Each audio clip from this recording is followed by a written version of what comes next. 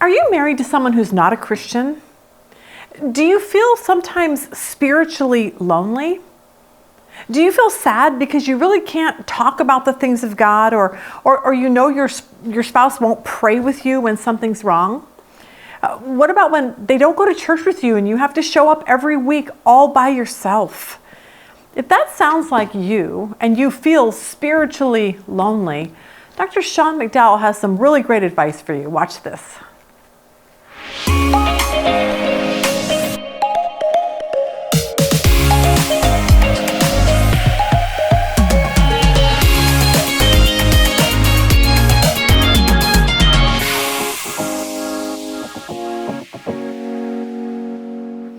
All right, welcome to our question and answer marriage conference, little snippets.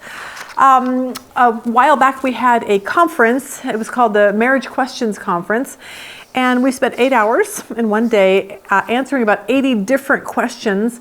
We brought in Sean McDowell, Mike Winger, and Alan Parr, and we gave them some really, really difficult questions that a lot of times people are afraid to actually ask. So this particular question was this: what should I do if I feel spiritually lonely being married to a non-Christian? Because some of you understand that way too well.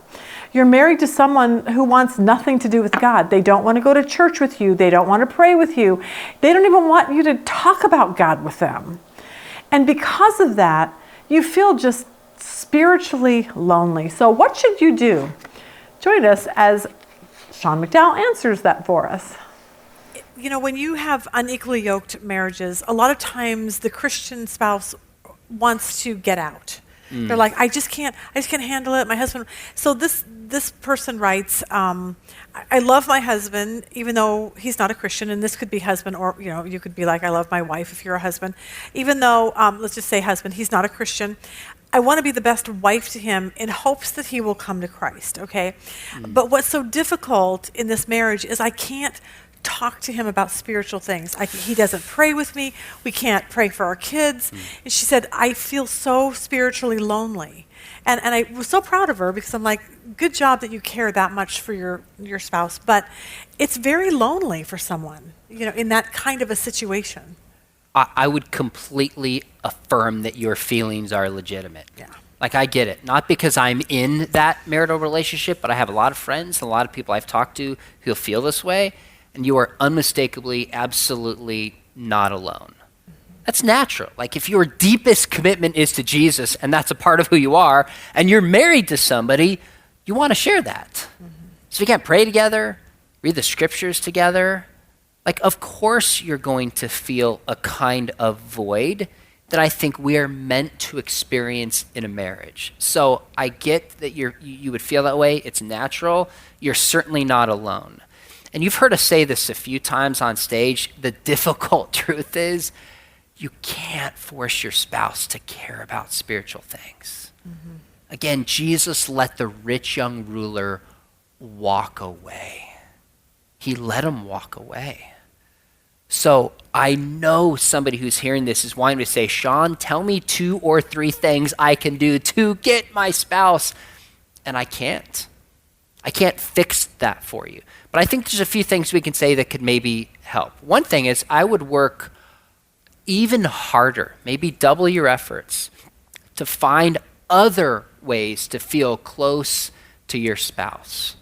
Whatever that may be for you. Maybe you like to fish together. Maybe like us, you like to run together. Maybe you knit. I don't know. Maybe you watch Mike Winger videos together. I've heard that brings couples together in a unique, powerful way. That's just the word on the street. I don't know what that is, but I would encourage you to say, you know what? I can't have this spiritual side. So it's not like I'm going to find something else to fill that spiritual void, because you probably can't fill that spiritual void with your spouse.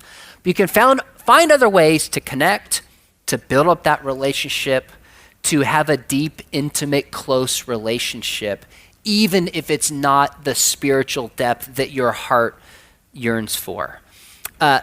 Another thing to keep in mind is find other people who feel the same way that you do. I don't know what Facebook group or social media groups there are for people whose spouses aren't believers. But I guarantee you they're out there. There's probably some YouTube channels committed just to spouses who are not believers. There might be a meeting at church. What's so hard about this is you feel alone because you don't have that spiritual relationship, and it's that loneness that just feels painful. One of the great ways is just to find other people who are like, I'm there, I get it, and who can pray with you, who can understand. Now, one caution just would be, make sure you don't do that in a secretive way, that if your spouse finds you're part of some Facebook group, feels like they are betrayed. I've seen this happen and it ends up doing worse. So if you do this, just think through a creative, respectful way to just communicate to your spouse, lovingly and caringly, and saying, you know what, I just want you to know I'm thinking about joining this group just so people understand, and get your spouse's feedback. All right, hopefully if that's you, you got some really, really great advice from Sean. And if you want to watch more of the marriage conference, you can get that on our website, womensbiblestudy.com. I'll put a link below for the whole session of Sean's that day. He did such a great job. And I'll put a link to that so you can watch it from there if you'd like. So have a really good day.